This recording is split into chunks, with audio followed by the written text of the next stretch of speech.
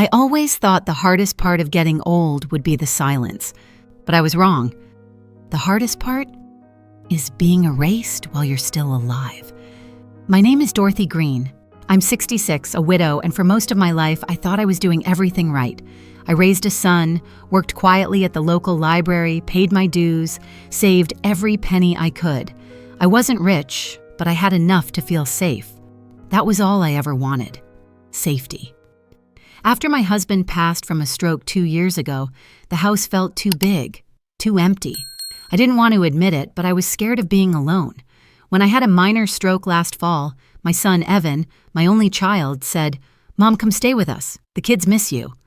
I didn't need convincing. I moved into the guest room of his home in Dayton, Ohio. I told myself it was temporary, just until I got stronger. But Evan, he was so caring in the beginning. He'd bring me tea in the mornings, help me down the stairs, even reminded me to take my medication when I forgot. He made me feel needed. One night after dinner, he said, "Mom, you shouldn't be stressing over bills. Let me take care of them. Just transfer your pension into my account. I'll manage everything for you." At first, I hesitated, but Evan smiled the way he used to when he was 10 and brought home a good report card. "You took care of me my whole life," he said. "Now it's my turn." And that melted something in me. So I said yes. He helped me sign the forms, moved my Social Security and pension into his account. "This way, you won't have to deal with anything," he told me. "I'll make sure you're always taken care of." And for a while, I believed him. The fridge was full. My prescriptions were refilled. Evan kissed my forehead every night before bed. I felt safe. I had no idea I was walking straight into the quiet beginning of a revenge story, one where I wouldn't be the one getting even, but the one trying to remember where everything went wrong. Because looking back now, the danger didn't come with shouting or slamming doors. It came softly, disguised as love. At first, everything seemed fine. Evan took care of the groceries, paid the bills, made sure the heat came on before winter settled in. He even started calling my pension our safety net. I laughed when he said it, thought it was sweet. Family, right? But slowly, something shifted. Little things, quiet things, like how the mail stopped coming to me. Evan said he'd handle it. "Most of it's junk anyway, Mom." He'd toss the envelopes before I could even read the return addresses. Or how he changed my pharmacy to one closer to his work, then started picking up my prescriptions himself. I never asked him to, but it was convenient, so I didn't push back. Then one morning, I asked about the utility bill, just casually. I'd always liked knowing how much things cost. Evan's face tensed. He said, "You don't need to worry about that anymore. I've got it." He smiled, but there was something behind it, something clipped, dismissive. That was the first time I felt it, the subtle shift from included to invisible. He started answering my questions a little slower, with fewer details. If I asked twice, he'd sigh. "I already told you, Mom, it's fine." Have any of you ever been talked to like that? Like your curiosity was a burden? Like asking about your own life meant you were difficult? Tell me in the comments if this has ever happened to you. Not just with money, but with trust, with your role in the family. I think a lot of us go through it and never say a word. Back then, I still told myself Evan was just tired. He had 2 kids, a job, and now me. I didn't want to add to his stress. So when he stopped eating dinner with me and started taking his plate to the den, I didn't say anything. When he forgot to refill my blood pressure meds one week, I told myself the pharmacy must have been out. When he snapped, "Do you know how much I do for you?" After I asked about a missed bill, I apologized, like a child, because by then something had already started to fade. Not just my say in things, but me. And I didn't even notice I was disappearing. Not yet. It started with a letter. A plain white envelope mixed in with some store coupons and a pizza flyer. I wouldn't have noticed it if it hadn't slid to the floor while I was tidying the kitchen table. There was no handwritten name, just bold black type. "Final notice, account delinquent." My chest tightened. I opened it with trembling hands and squinted at the words. "Your loan payment of $7,200 is 90 days past due." Loan? What loan? I read the letter again. It was addressed to me, full name, social security number, everything matched. But I'd never taken out a loan. I hadn't even been to a bank branch in almost a year. My hands were cold. My mouth went dry. I waited until Evan came home that evening. The kids ran past me like I was furniture. Evan walked straight into the kitchen, pulling off his tie. "Evan," I said softly, "can we talk?" He looked up, annoyed. "Now?" I handed him the letter. "What's this?" He barely glanced at it. "Oh, that. It's the loan for Emma's school. You said I could use your name, remember?" My knees nearly gave out. I never said that." He sighed like I was exhausting. "Mom, you said, and I quote, 'Do what you need for the kids.' You were probably just tired, but you agreed. I swear." "I never signed anything," I whispered. He shrugged. "It was online. I handled it. You're making this a bigger deal than it is." Just like that. Like I had offered to put my entire pension at risk. Like my words, mumbled in kindness maybe, or said out of habit, had become a legal agreement to hand over everything. I stared at him, and all I could think was, this is what it feels like to be erased. Not just from decisions, but from truth itself. Later that week, I tried calling my sister Janice. She answered, but when I explained, she said, "Dorothy, I'm sure Evan wouldn't do anything shady. Maybe you just forgot." Forgot. That one word hit harder than all the rest. Because now the story wasn't just that I was generous. It was that I was losing my mind. And no one, not even my own family, believed me. That was the moment it really sank in. I hadn't just lost control of my money. I'd lost my voice, my place, my name. And worst of all, I was the only one who noticed. I stared at the ceiling that night for hours. No TV, no radio, just silence and a heart that wouldn't stop pounding. I kept hearing Evan's voice in my head. "You said I could use it."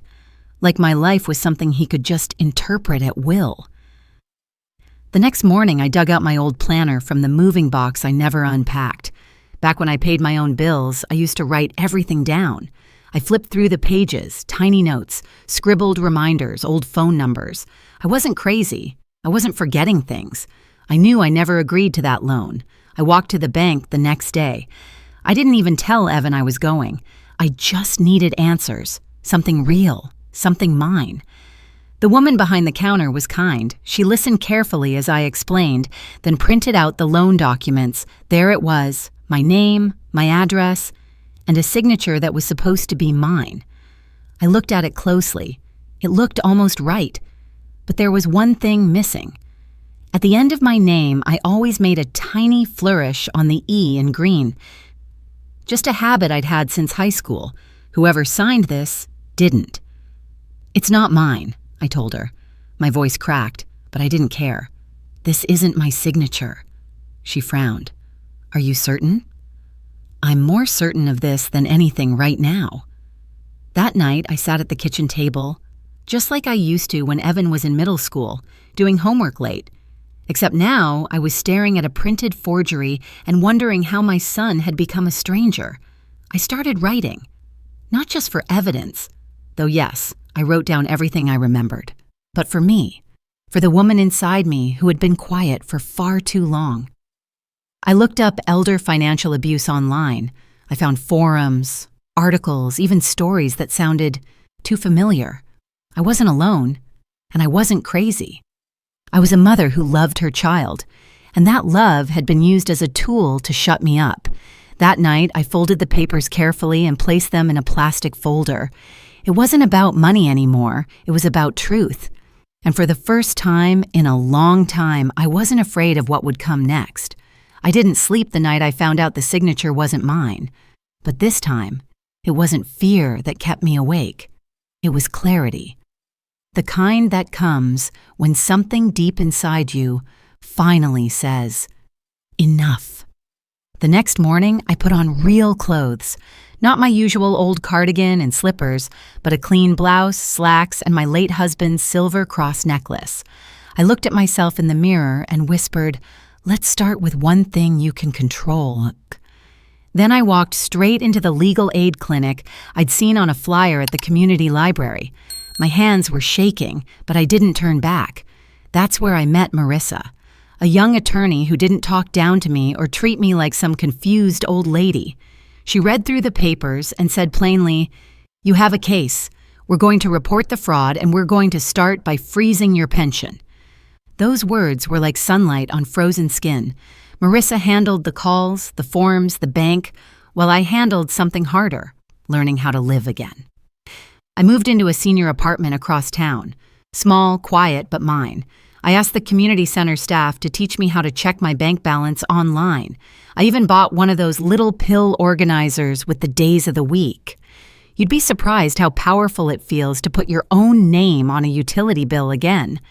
Evan tried to call. At first, it was voicemails that started with apologies and ended with blame. "You're ruining my life, Mom. After everything I've done for you." I saved a few of them. Not because I wanted to listen, but because they were proof. And when he showed up at my apartment one evening, I didn't answer the door. I watched him from behind the curtains, slouched on the steps, checking his phone like I was the one who owed him something. But I didn't feel guilt anymore. I felt distance and peace. Some nights, I still miss the boy I raised, the one who built Lego towers and cried when his goldfish died. I'll always miss that version of Evan. But the man he became? The one who used my love like a check he could cash? No, I don't miss him. I didn't go through all this for revenge. This isn't some revenge story. I just wanted to breathe again, to live without waiting for the other shoe to drop, to pay for my groceries, open my own mail, and sit at my kitchen table without shame. And slowly, quietly, that's exactly what I did. It happened on a Sunday afternoon. I was watering the little petunias I'd planted on the balcony when I saw a familiar car pull into the lot.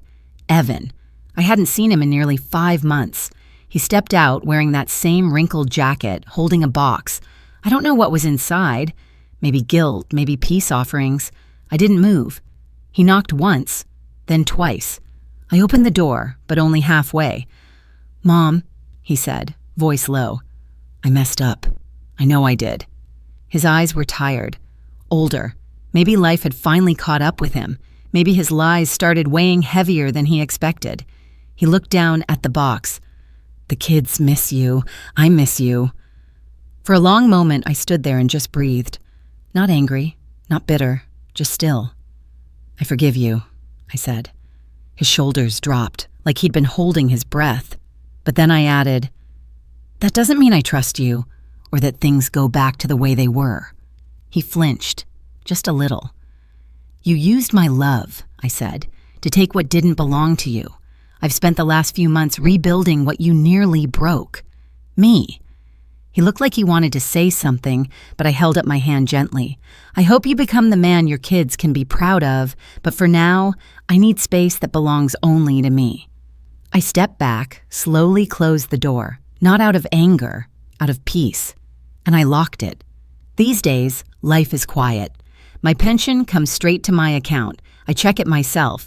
I even started attending a group at the community center where women share stories like mine. Stories of being silenced, dismissed, or betrayed by the very people they raised. We laugh, cry, and remind each other we're not invisible. Sometimes I still think of Evan, but I think more often of the woman I've become. Stronger, quieter, and completely her own. And if you've made it this far, maybe you've lived something like this too. So I'll ask you, have you ever forgiven someone, but still had to close the door? Tell me in the comments. There's no shame here, only truth.